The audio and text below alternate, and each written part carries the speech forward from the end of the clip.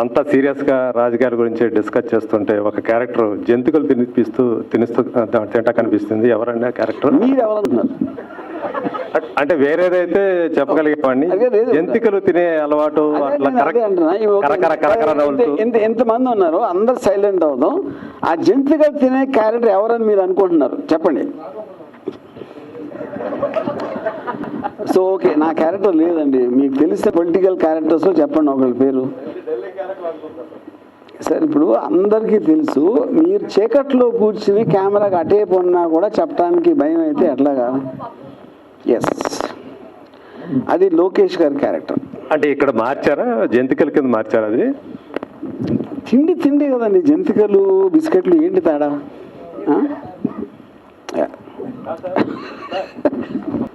అది అంటే ఆ పర్టికులర్ టైంలో మెయిన్ స్ట్రీమ్ మీడియా ఎవరు ఏం మాట్లాడారో అది చూపించాను. జస్ట్ పాపులర్ నేరేటివ్ ఏముందో, ఆఫ్ కోర్స్ పాపులర్ నేరేటివ్ అనేది ఎప్పుడూ కూడా రెండు సైడ్స్ ఉంటుంది. మరి మోరల్లెస్ అది అన్ని యాసెస్ పెట్టాను. మొత్తం ఏళ్ళనే యాసెస్గా పెట్టేస్తే ఇంకా ఛానల్స్ ఎక్కడ మీరు?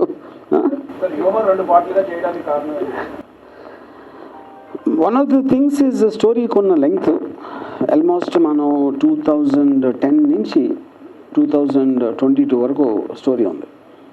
సో ఆబ్వియస్గా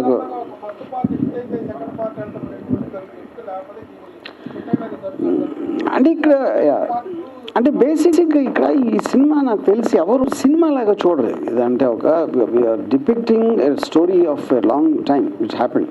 అందుకని ఫస్ట్ నుంచి కూడా దాసికిరణ్ గారు కూడా అదే ఉద్దేశంలో మనం 2 సినిమాలు ఒకేసారి తీసి షార్ట్ టర్మ్ గ్యాప్లు రిలీజ్ చేద్దామని చేసాం. అప్పుడు మీరు ఫస్ట్ పార్ట్లో మీకు కొన్ని డౌట్స్ ఏమన్నా ఉంటే అది సెకండ్ పార్ట్లో క్లియర్ అవుతాయి.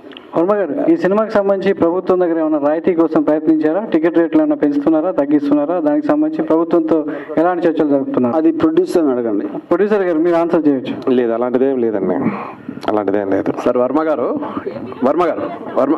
అమ్మ లక్ష్మి ఒక్క నిమిషం. వర్మ గారు చెప్పండి సార్.